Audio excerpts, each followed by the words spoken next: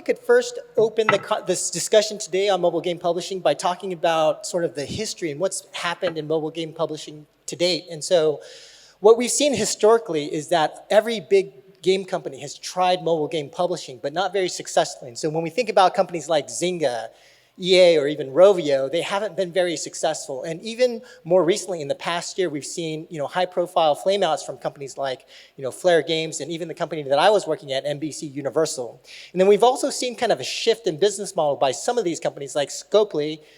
And so I wanted to talk first with our panelists about kind of this situation, why historically a lot of external third-party mobile game publishing has not been very successful, and then what can we expect in terms of the players in the market today so that we could be more successful today and in the future. And maybe we could start talking with Brent, because at Tilting Point, you guys have a very specific model, and so maybe you could talk about that, and then maybe also introduce yourselves a little bit more as well. Okay, so again, I'm Brent Wiedmer. I'm the head of game design at Tilting Point. So what we do is we integrate with all of the teams at Tilting Point that we work directly with in code development and live publishing to kind of help them design their game and fill in their holes. And then we evaluate the different markets out there when we look at new games that come in to kind of see where this game fits, check out the data, and see how we think we can scale it. So as to your question, at Tilting Point, we think the original model of live publishing is dead. We don't think it's intelligent anymore. We think that it is just super high risk. Looking at the industry, and you take a game that's pre-launch, soft launch with a small amount of KPIs, and it's pure risk. You don't know if it's actually going to succeed. You can't expect a Clash killer to come out with every new game you're looking at. So at Tilting Point, what we do now is we take a game that's live, or maybe it's been in soft launch for a long amount of time, and we have the data already. And so we can evaluate the data, we know our strengths, and we know exactly how well we can scale the game, and we can evaluate the game from a straight P&L perspective. So we think that's kind of the new wave of publishing now, which is looking at pure data-driven and kind of knowing the outcome before you get into it, really minimizing the risk. Yeah, so I think we've had our fair share of conversations with multiple publishers, and in our journey of making games, we realized that the typical deals were like all or nothing, and that would mean that a 50-50 split of the revenues and the bulk of the risk when the developer has taken bulk of the risks, and then you bring a game to a stage where it's ready for launch, and that's not something you want to hear. So those are deal breakers. And the kind of value that one would bring to the table is extremely important, because so if the game needs certain infusion of certain talent, I think that's the value that the publisher brings in. But then in our case, it was more about, we built the game, we soft launched it ourselves, we kind of knew where the game was heading. We launched it as well. I mean, before that, we had a lot of these long conversations, and then none of them made sense to us. At that point in time, we decided to kind of, and thankfully the stores were, at least favorable in our terms, at least featuring us and stuff like that. But then eventually, it was all about going with your gut instincts and publishing the game. Post-launch, we realized that the game needs to scale, and that's where we had a lot of inbound VC interest in kind of looking at the kind of money the game was making. Got it. And in terms of, just for our audience, so they kind of understand some of the models that are out there, just kind of high level from my perspective, it sounds like there's this model that Scopely has, which is, they kind of come up with a concept, they kind of fund from a very early stage, and then it seems like their model has shifted after, IUGA and Walking Dead, where they want to have a model where they can acquire the studio. So that's kind of one model. You've got kind of the super scale model, which is really around being kind of like, they don't like to call themselves a publisher, more like a white label publisher. They don't need to be publisher of record. And it sounds like, their specialty is mainly focused on, UA and then sales and analytics. And then, you've got companies like Tilting Point where, at least from a high level, The sort of common view is that there's like a heavy, deep expertise, more focus on UA. But Amit, I was hoping you could kind of talk a little bit more about some of the different models that you've seen. Is that a good sort of categorization in terms of some of the primary models out there? Yeah, I think there's the fourth category, which is basically, you just launch the game and try to see if it works or not. Right. And we have had our, experiences with those kind of publishers as well. Yeah, so the thing is, I think from a developer point of view, I think it's pretty much these models. And I think one needs to look at what the game needs or what's the studio's need. And in our case, clearly it was user acquisition and scale. And we were scouting for publishers who kind of could slice and dice their offerings. We knew that we had a strong grip on the product and the data and analytics. Where we clearly needed help was user acquisition, because that requires a certain amount of tech, that requires a certain amount of experience, and of course, the creative team that needs to run all that. And that kind of so I think at least at that point in time, Tilting Point was the only publisher who was offering that slice and dice approach of a model. The other side of things were the conversations were it starts with the deal structure first. And then we are not even talking about the game and what the game needs. So that doesn't infuse any confidence in the developer. Because if it's going to be an experiment, we might as well do the experiment ourselves. So I think, and what's important for us is, I think, at least when we signed up with Tilting Point was, I think we were one of the first or the second games that Tilting Point signed up. And we were, so we flew down to New York and met the entire team. And we saw that there was a team which had like significant amount of background building those games and scaling those games.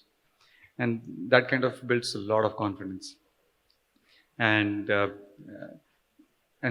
everything, data was central. I think, we were hitting like direct ROAS at like D3 in the initial tests. And so we knew for a fact that the games can scale. And all those tests kind of validated all of that. So I think if the relationship between a publisher and developer is very fluid, and they're going to go to any extent to infuse that confidence, I think that kind of works. Got it. And just kind of thinking a little bit more high level in terms of even like the role of a publisher. At the highest level, you can kind of think of the role of the publisher as sort of a few different things, right? So kind of like financial support, marketing and UA, potentially IP, and then, Brent, you're kind of a design lead, right? And so potentially like product design support, for example. Would you guys agree that those are the four primary areas? Is there something that I'm missing? I think it's all about the LTV. And I think at the end of it, if whatever it takes, I mean, if increasingly live ops is becoming central for operating any of the games. And if the studio has the bandwidth to kind of grow the LTV and keep at it, then sure, I mean, why not? But then if you think that, you want to invest your time in building your second and third game, and you can't do justice to the live ops of that particular game, then there is value that the publisher can bring in. So I think it's pretty much a choice as to what the developer intends to do. As far as the cash flow is concerned, I think the funding model of UA, it kind of it works in the favor of the developer, because if we are doing user acquisition on our own, we're talking about a 60 to 90 days of a window for your operating cash flows. And for a studio, that can be a lot. And if you're talking about scale, it can be a significant amount. So all of that is off your shoulders. And if you look at it, there is a combined entity of the knowledge of operating multiple games from a publisher's point of view. And there's a lot of cross-learning that is happening between So let's say that there's a particular campaign in one of the casual games which is doing extremely well, that can be immediately replicated in the rest of the games as well. Right, so kind of like Zynga talks a lot about finding some best practice or mechanic in one game and then just kind of taking it to all of their games, for example. That's right. Something like that. And then the other question I had is just trying to take more situational context in mind when we think about different genres.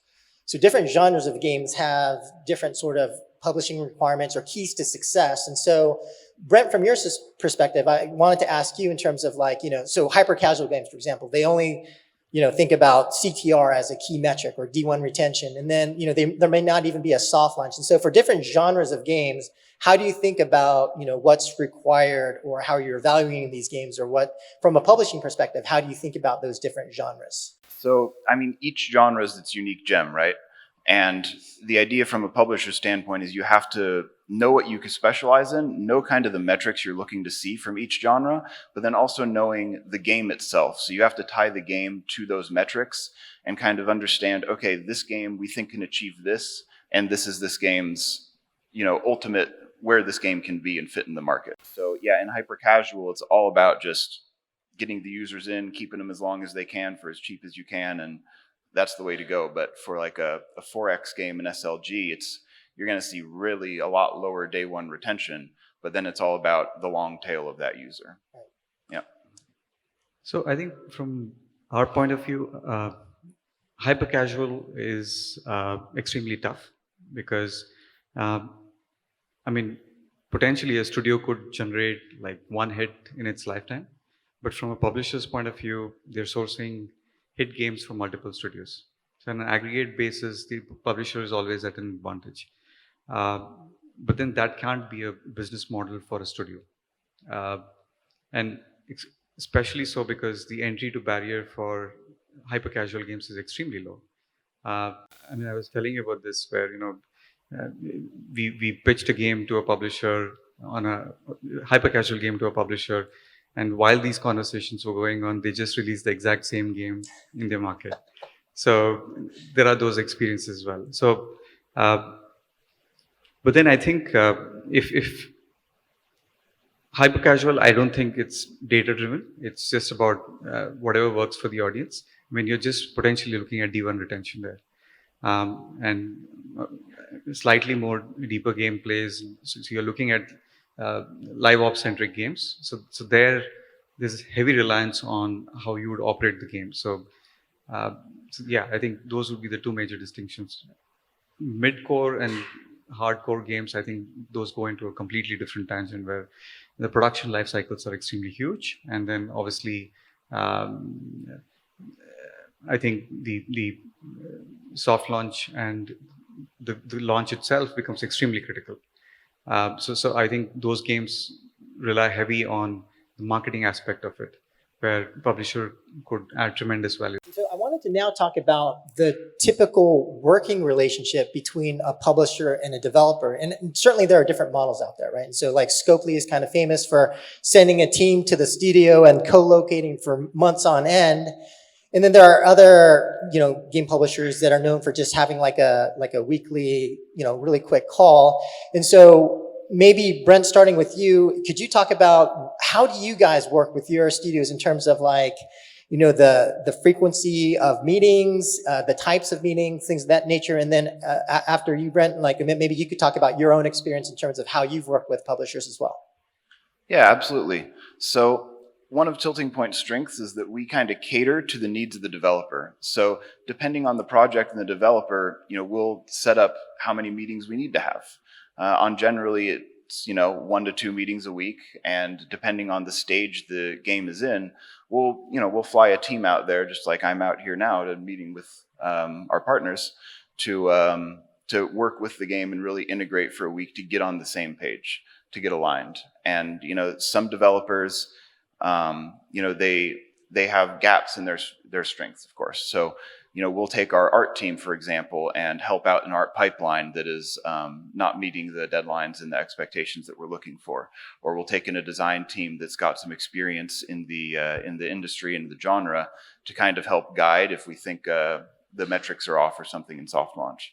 So it's really about the needs of the developer, and we're not too hands-on. We don't want to like push and say, you know, our way or the highway, because we want our developers to maintain their own identity, and that's kind of how we build really good relationships with the developers we work with. Yeah, I think it's increasingly clear that the kind of attention games needs these days. I think the integrated approach works best, because that's what the games need, and it's all about the best idea in the room wins, right? So, and if that's the approach, I think, and games, you put games first and not about who's leading the development or who's leading the publishing. It's not about all that. I think it's in everybody's interest to kind of get the game right, and if it works for everyone. So I think what we've seen in our experience is that if the game is led to be developed in a silo where there's absolutely no back and forth conversations, you're not using the best of the potentials of the combined entity. And so what we have seen is that, at least in the core dev that we've been working with Tilting Point, is that the best of our teams are on that project, and we know for a fact that there is a certain amount of time that the game will take to kind of build all those systems and the kind of design that does justice to the kind of IP that we're going with. So it's more about working backwards from what the goals are and trying to see how we can leverage on each of the strengths and go from there.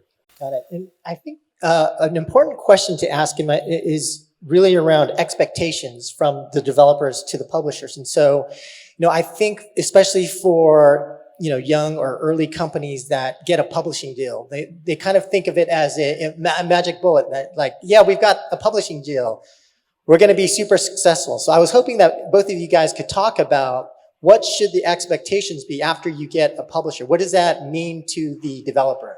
Maybe starting with you, Brent. It depends a lot on the developer. So a lot of the times when we sign up with a new developer that, maybe they've made one game a moderate success, and now we've begun scaling their game, and they don't necessarily, know what to do anymore. They're, okay, now my game is blowing out of proportion. How do I develop? What do I develop? How do I, upgrade my team to be able to do this? And, that's where, as a publisher, we need to come in and help and say, okay, this is what we think is going to work for you. You should probably focus on this. In the meantime, we can, lend you some support. And these are the kind of metrics you need to focus on, and focusing your development on that point. So it's about kind of grounding yourself when you find out you have a developer, finding out, then just take it a step at a time. What do we need to focus on next? Be data-driven and find out what to do. Great. Yeah, so I think definitely, I think it's not a magic bullet. I think it's start of a relationship. I think it's more about what the studio is expecting from the relationship, and to derive value out of it. I've seen a lot of cases where the team is very excited about a publishing deal, and eventually it could tilt both ways, right? I mean, there's a publisher who could take the game into a completely new direction and run down the studio, or the game is extremely averse to kind of accommodating the kind of vision the publisher is bringing to the table, and then fall flat. So there are those both extremes. I think the publishing deal is more about it's let's call it the exploration stage before we get to the actual launch of the game. So you're just trying to figure out what works best for the game. So as long as it's an integrated approach where you're thinking about all aspects of the game, like the art of it, the science of it, and the commerce of it, and then just tap on the potential that each one brings, it could work. And then let's also talk about deal terms. And I don't want you guys to tell us specific deal terms in terms of what you guys have, but just industry-wide, just kind of like industry benchmarks. maybe we could talk about how typical deals are structured, and what could some of the developers here that are trying to structure deals with publishers, what should they expect? So, I mean, I don't know necessarily about the other publishers in the industry from a game design perspective, but as far as how Tilting Point works, we definitely work with our developer to make sure that both sides are getting what they want. So I know one of the hot topics nowadays is, and you've covered in your podcasts, is recouping on organics for a UA fee deal. And that really comes down to what the developer is looking for in their game. So if the developer is very much looking forward to protecting their profits, yeah, they should be looking to make a deal where they don't allow the publisher to recoup on any of the organics. But if there's a game that just wants to scale, they just want to take their game to the extent that it can go, then if you unlock the publisher to recoup on organics, then the publisher can then spend a lot more money on the UA and really see how far you can take it. But it's really very much about finding what works for you as a developer, and then finding a publisher that's willing to accommodate you and your needs. Okay, so in a typical UA fee deal, we would spend, let's say, $100 on user acquisition, and we would recoup a percentage of that as the profit or the fee for doing the UA, for spending the money on that, and for the services we do, like creatives and whatnot. Recouping on organics is, if that is not profitable, then the publisher needs to still recoup their money. And that would be where we would take the money, then cut into the organics. If the publisher is making a deal where they don't recoup on organics, then we would not recoup on that in any way, shape, or form. But that would also force us to be more careful in how we're spending and scaling the game, because we want to make sure that both parties are absolutely profitable under all circumstances. Yeah, maybe I could also take a shot at explaining this to you. So when you think about a mobile game and the installs or downloads that come to a mobile game, there are kind of two pieces, right? And so you can pay to get a user into your game. That's your paid installs. And then there are just organics, people that come from the App Store, people who are kind of searching. And so those are your organics. Now, the tricky part of this is, and so both the paid installs and the organic installs will make money, and how that money is divvied up is kind of a key question. But also, when you pay for an install, typically speaking, there is some viral component, right? And so you pay for an install, and that person that installed might, might tell a friend to install the game, or might invite friends or whatever. And so that the tricky part is, how do you account for the organics, and then how do you actually measure what that sort of viral factor or organic factor is? So that's the tricky part there. Yeah, so the argument that could be made by the developer is, I'm going to get these organic installs anyway. So if you as a publisher are doing the marketing and paying for user acquisition, they only want to give them credit for the paid installs, right? That would be what a developer thinks. And there's a little bit of back and forth on that, but different publishers are going to treat those organics in different ways. Yeah, so I think traditionally there's been the 50-50 deals where basically, publisher says, okay, these are the things that we're going to do the game, and then, that's the rev share we talk about. And that's a failed model, right? So we've seen that, and there's enough number of cases where that's never taken off. And there's a new age of publishers where they're saying, you know what, just let's look at the game, and, kind of, if we're looking at profitability versus scale or whatever the studio needs to do, and that's going to be the single objective. And those are the kind of models which are kind of emerging and kind of making a lot of sense for the developers. Because if we, there are those evangelists out there who are very vocal about most of the money being raised in the VC world is predominantly going in the pockets of Facebook and Google, right? And that's a fact. And there's a 30% rev share that the platform would take, and then there's the US spend, and then you're talking about profitability, which leaves very little for the developer. So, and unless it's a game of scale, it's increasingly becoming a winner takes all market. So which puts the kind of onus on the developer and the publisher to kind of look at what the vision is of the game, and it need not necessarily be. I mean, we're not even talking about the top 100 games, right? Because that's a different league of its own. Even if you're operating at a certain threshold where you're, you know, let's say sub 500, sub 1000 category, but still maintaining profitability, I think that's a good place to be. And then maybe we could also kind of dig into, Brent raised a good point in terms of, when you're trying to structure a deal with a publisher, one of the things to look out for, which is this point around how you account for organics. But, and I know you've mentioned that you've talked to Klaus, the former CEO of Flare Games, and, he's kind of written a blog post on a lot of things that you should watch out for. But could you kind of, from your perspective, what are some other tricky things that developers should look out for from a deal structure perspective when they're kind of working on that contract or that deal with a publisher? Sure. So I think the first question that creeps up is that there's a certain user acquisition will bring in a certain delta of organics into the game, and a developer would normally think that I was expecting those organic skills to be there in the game any which way. And then there is the featuring angle of it, where you say, okay, let's say if there was no user acquisition, but then I'm expecting a certain a DAO to come in based on featuring.